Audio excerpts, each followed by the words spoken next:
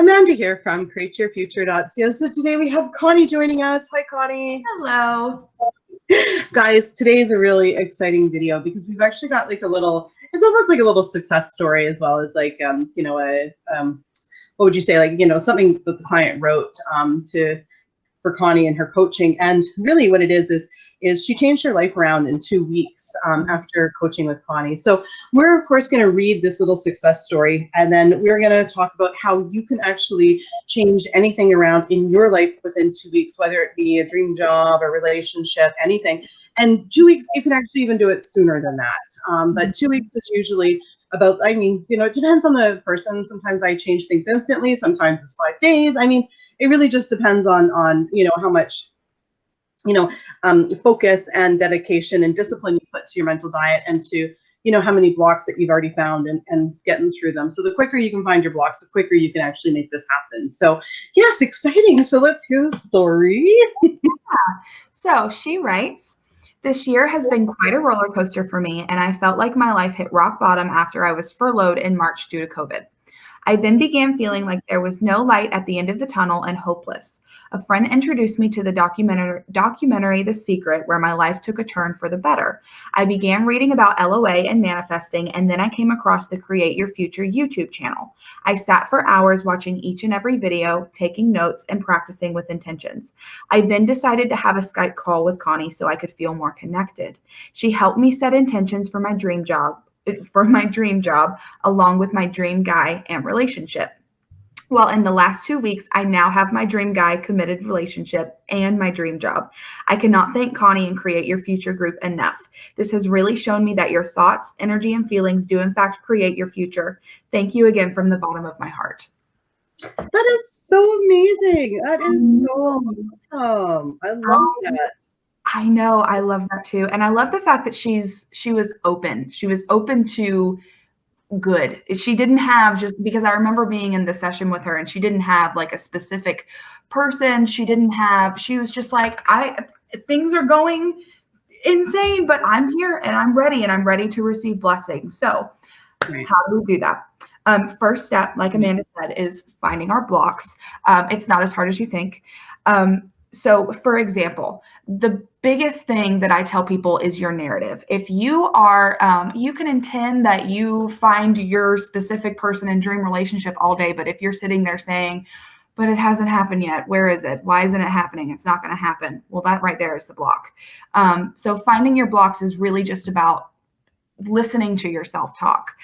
So a really good technique that you could do is, I talk about journaling all the time, but it's super helpful. Sit down and journal. Write the current narrative down, and then reread it and ask yourself, do I really want to decide these things for my life? Do I really want to talk about my life as if, oh, I'm a horrible person and bad things happen to me and why is this happening?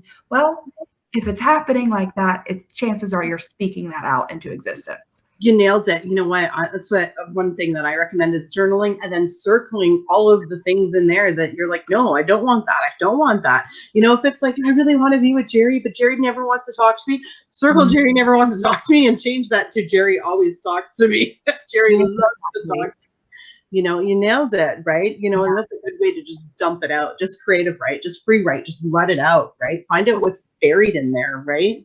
Exactly. And then once you have it down, the way to then recreate it is, and the best place to go, and what we did in the session with her, was get clear with what you want. You don't have to necessarily believe it right away, but the first step is to just sit down and get clear with it. If you tell yourself that, oh, that's impossible, well, that's another block right there, because guess what? When it comes to law of attraction, there are no limitations at all.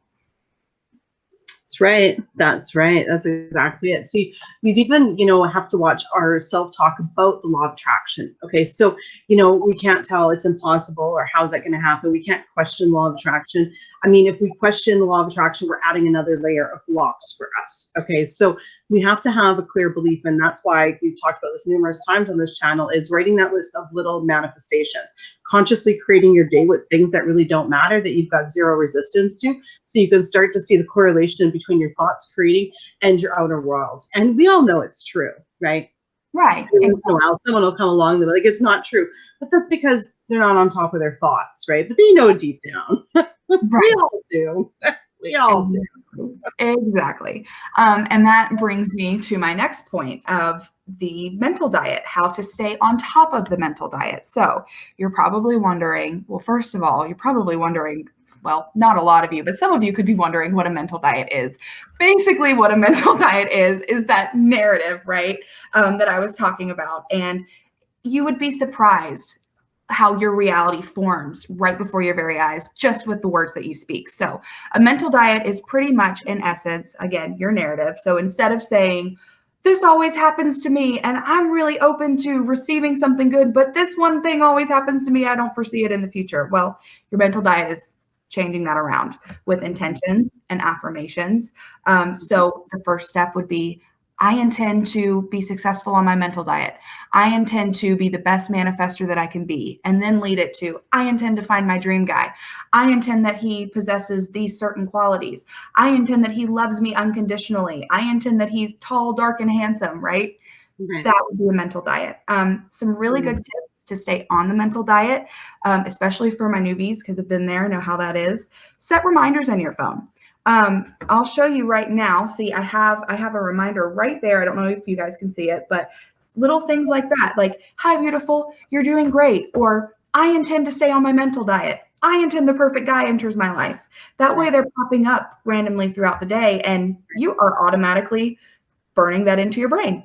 Exactly. The other thing that I do, because I'm not, what I do for my mental diet is anytime I have a thought that I don't want, I stop it and I complete it into an intention. So if I'm questioning something, I immediately stop myself and say, no, I'm not eating that cake. And I change it into an intention. If I'm thinking negative about the outcome of something, I stop myself, I change it into a positive intention. The other time I do my intentions is anytime I think about the person or the situation, I'll do my intentions.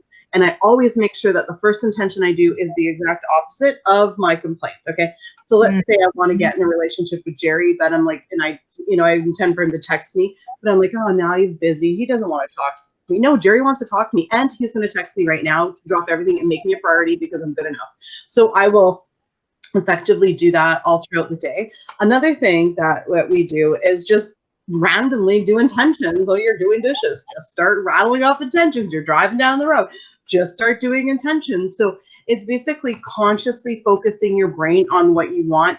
And when you're going down those thoughts that aren't making you feel good, stopping yourself and redirecting yourself consciously to what you want to actually create. So it's just a fine art of catching yourself. So you start feeling icky inside, then look at your thoughts, because your thoughts are going to create your emotions. Okay. And your thoughts create everything in your reality, right? Your emotions don't create. Your thoughts created your emotions. So yeah, your emotions are going to have an effect on what you create, but it was created by your thoughts to begin with. So if you've got some sort of underlying looming, anxiety, do what Coneigh says, dump everything out, free write everything, get it out. Once you get it out, you can stop those thoughts from rattling around back there. You become aware of them, and then you can start changing them. And you'll find once you start knocking those out, and changing them, you'll start to shift it and you'll start to feel better. Yeah. And that brings me to my next point, which is finding the feedback from your reality. So not taking failure as failure, but as feedback. The one thing that I really want to point out is to always remember this. You are the only one in control of your choices. Okay. So if you are choosing, which don't get me wrong, we all have bad days, right? But make the choice to sit down and journal it out, like Amanda was saying, instead of choosing to decide, oh my God, this is the worst day ever. Everything's collapsing. Everything sucks. Well, if you're choosing to say that, essentially you're choosing all of that to happen in your reality. So that being said, I'll go into what I mean though, from taking failure as feedback. Instead of choosing to react to it and say, this isn't working, law of attraction doesn't work, this, that, and the other, make a list. Make a list of all of the circumstances that have popped up that seem crappy and seem bad. And instead of blaming it on everybody else, instead of blaming it on the circumstances, blaming it on that, person or thing, ask yourself, how did I get here? What did I do? What can I look at within my own self that needs to be fixed, instead of blaming everybody else? And then apply the lessons instead of choosing to do the exact same thing. Mm-hmm. You know what? You're right. I mean, everybody's just messengers of your intentions. And of course, we love it when they're messengers of what we love to hear. But when they're messengers of things that we don't want to hear, it can be sometimes a hard pill to swallow. I created a mess yesterday. Okay, I don't know when this is airing, but it was yesterday in real life. And you know what? It was a complete mess to the point where, you know what? Everything was falling apart. But I distinctly remember creating it by saying everything's falling apart like 2 days prior. And then I was like, sure enough, it manifested. Okay. And you know what? So you know what I said to myself yesterday was like, I remember when I created this, and guess what? Okay, I'm gonna say right now that it's gonna be all, you know, falling into place. It's actually gonna make everything better than it would have been. It needed to show up, and now to get me to where I'm going, and it's over. It's just coming out of the pipe. It's good. Instead of actually, you know, having it and focusing on it and okay, echoing, and then recreating, right? So basically creating a good story, going, okay, no, fair enough. I did say it. This isn't broken. Ha ha ha. It's showing up. Okay, how can I fix this going forward? How am I going to change this around right now instead of focusing and putting more on that bad to create more bad and make it into like a snowball effect, right? So, you know, it's really, you know, I know it's a hard pill to swallow, especially when other people are seen to do it to you. Right. Right? But nobody's doing anything to you. They're just delivering what your thoughts are. I used to have anxiety, but then I realized the only thing I was scared of was my own negative thoughts. Yeah. It's like, oh. So then I was like, okay, fair enough. You know what? I just show up now because what's the worst anybody can say is some negative thought that I had. And then if I recognize it, it doesn't hurt so much, you know? So stay on top of your thoughts, right? So incredibly important. Yeah, it's so true. And again, going back to choices, nobody, I say this all the time, but I'll say it again. Nobody rejects you. Or I'm sorry, wait, I just messed up my own saying. You're only rejected when you reject yourself first. Well, exactly, you know, exactly. And you know, and I'm going to go back to mention in another coach's video, Katie, she mentioned, you know, nobody wants to be mean to you. It doesn't feel good for them to be in that situation. So don't create them to be mean. You know, everybody wants to help. Everybody wants everybody to be happy.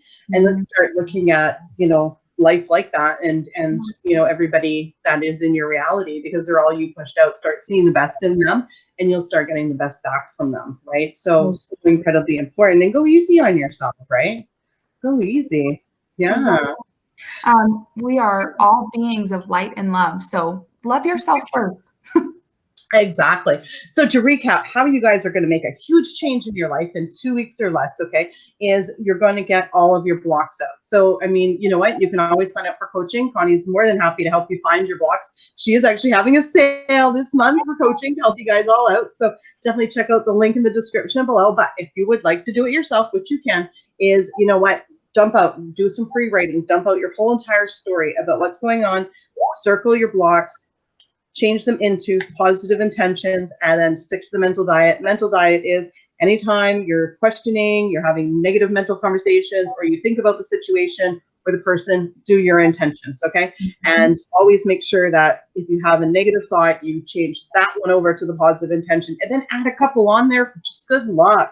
You can never do too many intentions. That's the name of the game. You spend, you know, 8 hours being miserable about the situation, then I say do 16 of feeling good about it. Okay, let's make a real shift here, because, you know, you have to. Every thought counts, right? Let's start canceling out the bad ones, start creating the good ones, right? Yes, perfectly said. Thank you so much for being here today, Connie. You're amazing. Thank you. You are too. And all of you guys. Right? I know they are. And guys, you know what? We really intend that this video makes a difference for you. And some of you guys have an aha moment with the mental diet, because we've seen some questions. So we've provided some answers. And guys, thank you for liking, commenting, sharing, and subscribing. You guys are all amazing. Oh, and one thing I just want to say, if you guys have any questions for me, okay, please join the Patreon group. I answer all the questions over there in the YouTube live. So definitely go check it out. And yeah, thanks. And we'll see you guys in the next video. Bye-bye. Bye.